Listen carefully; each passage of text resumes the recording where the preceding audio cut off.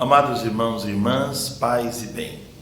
Nesse domingo, dia 7 de outubro, nós celebramos o Dia de Todos os Santos e unimos numa única celebração todos os santos da Igreja, todos aqueles que foram canonizados pela Igreja ao longo da história. É verdade que muitos santos, muitas pessoas que viveram a santidade, não passaram por esse processo de canonização e de reconhecimento pela Igreja.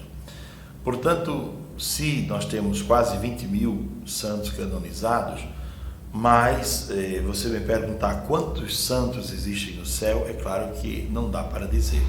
A primeira leitura desse domingo falará sobre isso, quando vai falar de uma grande multidão que ninguém podia contar, que tinham suas vestes lavadas no sangue do Cordeiro, vestes que eram alvas, brancas, lavadas no sangue. É muito interessante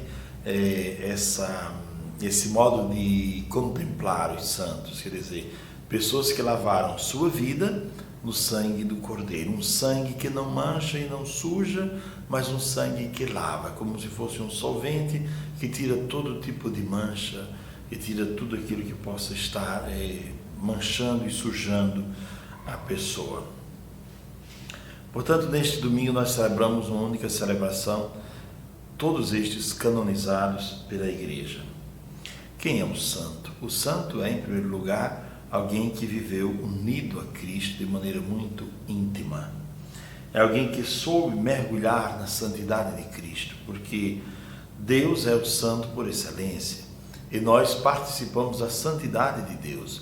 E quando nós vemos um santo e contemplamos a vida de um santo, na verdade nós estamos contemplando a santidade de Deus que essa pessoa conseguiu expressar na sua vida.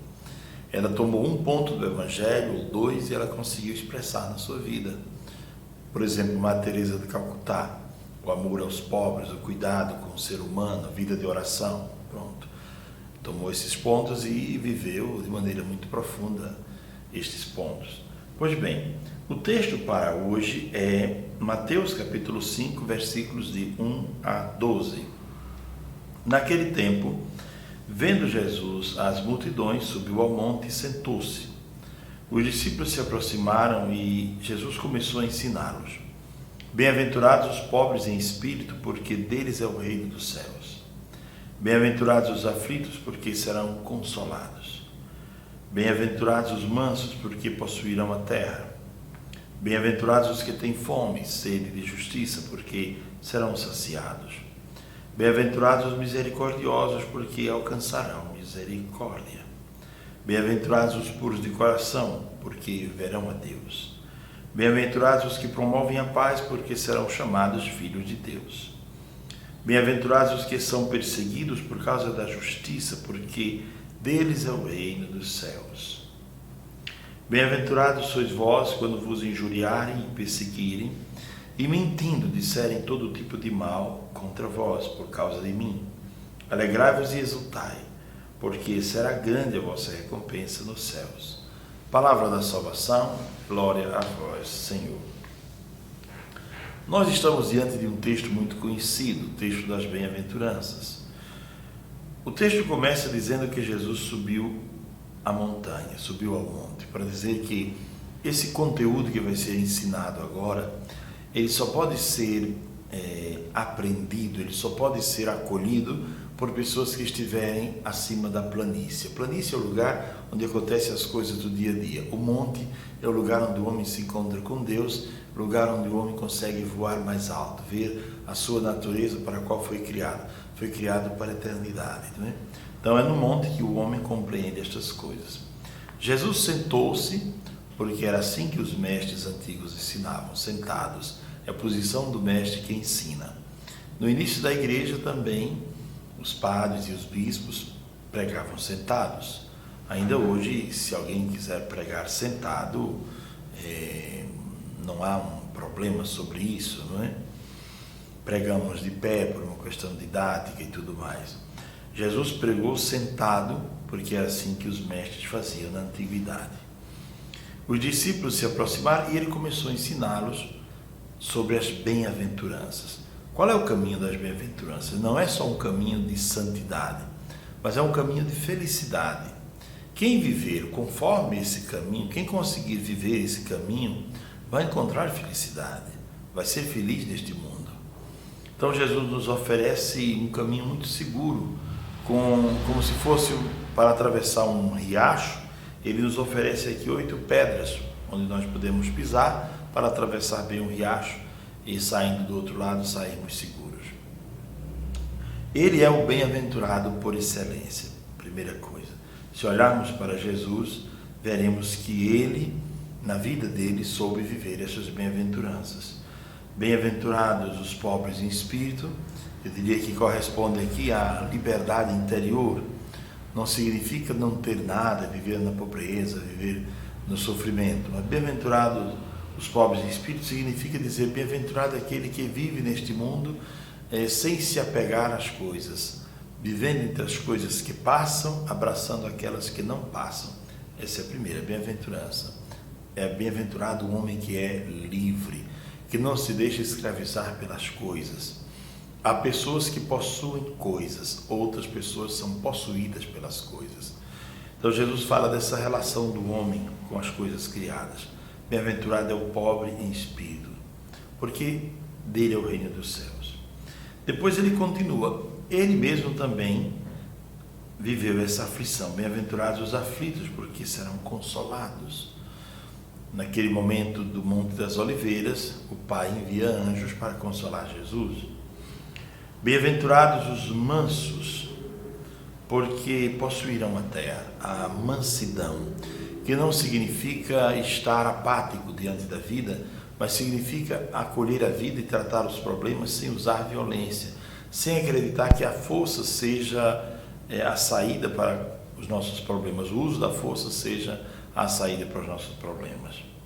Bem-aventurado quem vive nesse mundo com mansidão, quem procura argumentar e não se sobressair usando a força. Bem-aventurados os que têm fome e sede de justiça. Essa é uma bela bem-aventurança, porque tem a ver com a sociedade, com o modo como nós vivemos no planeta, o modo como nós convivemos com o próximo. Viver tendo fome, tendo sede de justiça. Alguém que vive indiferente às injustiças, indiferente ao sofrimento do outro, não é bem-aventurado, não é feliz. Aliás, essa palavra bem-aventurado tem dentro de si, no grego, a palavra kairos, que é o tempo de Deus, né? Bem-aventurados é makarios. O makarios significa dizer que é bendito aquele que sabe fazer desse tempo presente um tempo de Deus. Sabe, nesse tempo presente, encontrar as brechas da eternidade no presente. Sabe viver este tempo presente com os pés no chão, como nós rezamos sempre, mas com o coração voltado para Deus, os olhos voltados para o céu. E continua o texto, bem-aventurados os misericordiosos. Jesus foi misericordioso por excelência, porque teve misericórdia dos que sofriam, dos que eram doentes, e mesmo na cruz ele perdoou os seus algozes. Depois vem uma bem-aventurança belíssima, é bem-aventurados os puros de coração. O que é ser puro de coração? Todos nós somos chamados à santidade, à pureza de coração, à beleza interior, não é? Então, possamos pensar sobre isso. Quem é o puro de coração? Puro de coração é aquele que tem um olhar puro, porque se o olhar não for puro, o coração também não estará puro. O coração, digamos assim, ele reflete, ele acolhe, ao mesmo tempo ele impulsiona o ser humano de acordo com o modo como nós vemos, ouvimos e filtramos essas coisas que vemos e que ouvimos. Bem-aventurados os que promovem a paz, porque serão chamados filhos de Deus. E depois Jesus fala das perseguições. Portanto, Jesus é o bem-aventurado por excelência. No rosto de Cristo nós encontramos como que uma pintura, um ícone de todas essas bem-aventuranças. Mas também os santos são aqueles que procuraram viver estas bem-aventuranças. Nós podemos olhar, por exemplo, a pobreza e a simplicidade de Madre Teresa de Calcutá, de São Francisco de Assis, de Santo Antônio, Olhar, por exemplo, a mansidão dos santos e santas que pregavam o Evangelho com a vida. Olhar a fome e a sede de justiça, etc. Nós somos convidados hoje a contemplar a santidade e pensar que nós também somos convidados a ser santos. Deus é o santo por excelência. E à medida que mergulhamos nele e estamos ligados a ele, nós também experimentamos essa santidade. Ser santo é ser alguém separado, que vive segundo uma outra lógica, que não a lógica do mundo, mas a lógica do Evangelho. É alguém que se torna intimamente ligado à fonte da santidade, que é Deus. Me permitam uma pequena palavra sobre a primeira leitura para concluirmos a reflexão. A primeira leitura fala de uma grande multidão de gente de todas as nações, quer dizer, todas as pessoas são convidadas à santidade, de tribos e raças e línguas, quer dizer, os filhos de Deus que serão reunidos. Uma multidão imensa, que ninguém podia contar, quer dizer, esta é a multidão dos santos. Primeira característica dos santos, estavam de pé, quer dizer, conseguiram vencer, triunfaram, viveram grandes combates, grandes lutas nesta vida, mas conseguiram permanecer de pé, não foram derrotados. Estavam de pé não diante de qualquer um, mas diante do trono do Cordeiro, quer dizer, tiveram um olhar fixo no Cordeiro, por isso que venceram. À medida que nós mudamos o foco, vamos olhar a vida dos outros, problemas dos outros, isto ou aquilo, e deixamos de olhar para Cristo, nós perdemos o foco da vida de santidade. E o texto continua, trajavam vestes brancas e traziam palmas na mão.